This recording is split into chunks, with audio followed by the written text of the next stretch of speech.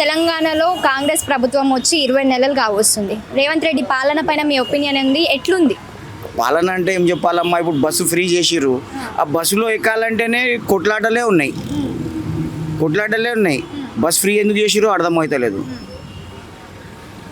అది current free అన్నారు, current ఒకటి ఫ్రీ అయింది అనుకుంటా నేను. షాదీ ముబారక్ 1 తులం బంగారం ఎవరికి ఇచ్చిరా? ఎవరైనా చూపించండి. మా ఇంత పెద్ద బోరాబండలో అప్పుడు ఎమ్మెల్యే సాబ్ ఉన్నప్పుడు ఇట్లా ఇక్కడ నెలకో 2 నెలలకో టెంటులు వేసి ఇక్కడ చెక్కులు పంపిణీ చేసేవాళ్ళు. ఈ చౌరస్తాలోనే చెప్తున్నా నేను. ఇప్పుడు 22 నెలలు ఒక్కసారి కూడా నేను ఇక్కడ చెట్ల పంపిణీ కార్యక్రమం చూడలే. వైపు ఇస్తున్నాం అంటున్నారు మరి రేవంత్ రెడ్డి. లబ్ధిదారులు ఎవరు? ఇంతమంది పెళ్ళిళ్ళు అయితే జరిగినవచ్చు కదా, మా బోరాబండలో పెళ్ళిళ్ళు అయితే జరిగినవచ్చు కదా. ఎవరికి ఇచ్చిర్రు చెక్కులు చెప్పండి? అంటే మీ బోరబండలో ఉన్న వాళ్ళకి 500 సిలిండర్ రావట్లేదు, గృహజ్యోతి రావట్లేదు. ఎవరికి వచ్చిందమ్మా? ఎవరికి వచ్చింది గృహజ్యోతి? ఎవరికి వచ్చింది చెప్పండి? ఎంతమందికి వచ్చింది?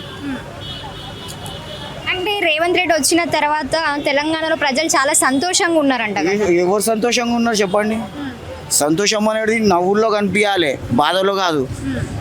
నవ్వుల్లో కనిపించాలి. పొద్దుగాల లేస్తేనే కేసీఆర్ దేవుడు అనేటోళ్ళు ఉన్నారు ఇక్కడ. ఇక్కడ బోరబండలో ఒకప్పుడు పీజీఆర్ దేవుడు అనేటోళ్ళు ఉన్నారు, ఇప్పుడు కేసీఆర్ దేవుడు, మాగంటి గోపీనాథ్ దేవుడు అనేటోళ్ళు ఉన్నారు ఇక్కడ. ఎట్లా అనిపిస్తుంది మరి కాంగ్రెస్ ప్రభుత్వం తెలంగాణ వచ్చిన తర్వాత? చాలా సంతోషంగా ఉన్నారంట కదా అందరూ. మరి తెలంగాణ వచ్చినప్పుడు మంచిగా ఉంది కదా, సంవత్సరం అవుతుంది, ఏ పనులు అయితే లేవు మాకు. సంవత్సరం నుంచి మా జీతం పెంచుతామంటే జీతాలు కూడా పెంచుతలేరు. సంతోషంగా లేరా? ఏం సంతోషం అమ్మ, మా కష్టం చేసుకుంటూనే వెళ్తుందా. కోటీశ్వరాలని మహిళలందరినీ కోటీశ్వరాలను చేస్తా అని చెప్పేసి ఉన్నారు. మీరేమో బంగారం పెట్టుకున్నారు. మళ్ళీ బంగారం అంటే రాత్రి పగలు కష్టం చేసుకుంటున్నాం అమ్మ, కడుపుకు చంపుకొని ఏదో సంపాదించుకుంటున్నాం. రేపు శాతగారిని నడుపులో పడితే కావాలని సంపాదించుకుంటున్నాం. కేసీఆర్ పాలన గురించి ఏమని చెప్తారా మరి? ఎట్లున్నాయి? ఇక మాకు దగ్గర ఆయన వచ్చినప్పుడు కూడా మంచిగానే మాకు జీతాలు బాగానే పెంచిండమ్మా. మాకు అప్పుడు 5,500 ఉండే. ఎప్పుడు? ఫస్ట్ కేసీఆర్ రాకముందు. ఆయన వచ్చినాకనే 18,000 చేసి. కేసీఆర్ రాకముందు మీ జీతము 5,500 ఉండే. కేసీఆర్ వచ్చిన తర్వాత ఎంత? 18,000 చేసి. 18,000. ఎట్లుంది మళ్ళీ? కేసీఆర్ పాలన బాగుండేనా రేవంత్ రెడ్డి పాలన బాగుందా? ప్రజలందరూ చెప్తున్నారు కదా మేడం. మీరు చెప్పండి. మాకైతే కేసీఆర్ పాలన. కేసీఆర్ పాలన ఎందుకని? కేసీఆర్ మొత్తం తెలంగాణ దోచుకొని తిన్నాడు అని చెప్పేసి ప్రజలు ఈసారి రేవంత్ రెడ్డిని ఎన్నుకోవడం జరిగింది కదా. మరి ఇప్పుడు రేవంత్ రెడ్డిని ఎన్నుకున్న తర్వాత ఇప్పుడు అందరికి తెలుస్తుంది కదా మేడం, అందరికీ తెలుస్తుంది కదా రేవంత్ రెడ్డి గురించి. మనం చెప్పని అవసరం లేదు, ప్రజలైతే తెలుస్తుంది కదా, ప్రజలు వాళ్ళకి తెలుస్తుంది కదా. అవును. మీకు అర్థమైందా మరి? మాకు అర్థమైంది. కేసీఆర్ పోగొట్టుకున్నాక ఎట్లున్నది, రేవంత్ రెడ్డి పరిపాలన ఎట్లున్నది ప్రజలకు తెలుస్తుంది కదా. దాన్ని బట్టి మాకు తెలుస్తున్నది అది. అవును.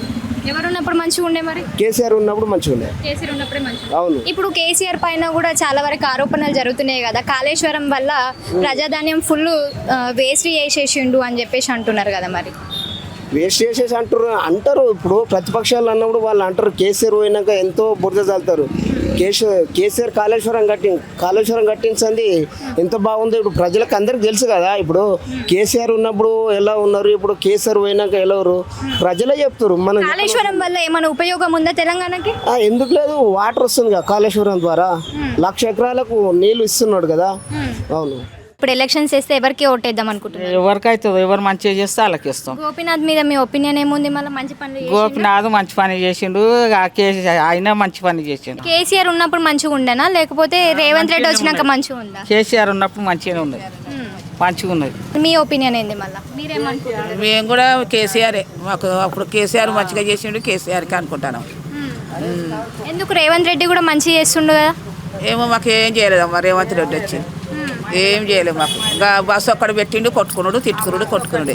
మీ ఎమ్మెల్యే చనిపోయిండు కదా, మరి గోపీనాథ్ చనిపోయిండు కదా. మళ్ళీ ఇప్పుడు మళ్ళీ ఎలక్షన్స్ ఉంటున్నాయి. మళ్ళీ ఇప్పుడు ఎవరి వైపు ఉండాలనుకుంటున్నారు? రేవంత్ రెడ్డి నుంచి ఏమో నవీన్ యాదవ్కి టికెట్ ఇవ్వబోతున్నారు. ఎవరికి మంచిగా అనిపిస్తే చేస్తాం అప్పుడే. ఇప్పటి వరకు అయితే ఏమనిపిస్తుంది? ఎవరి పాలన మంచిగా ఉండే? మాకు లేదు కేసీఆర్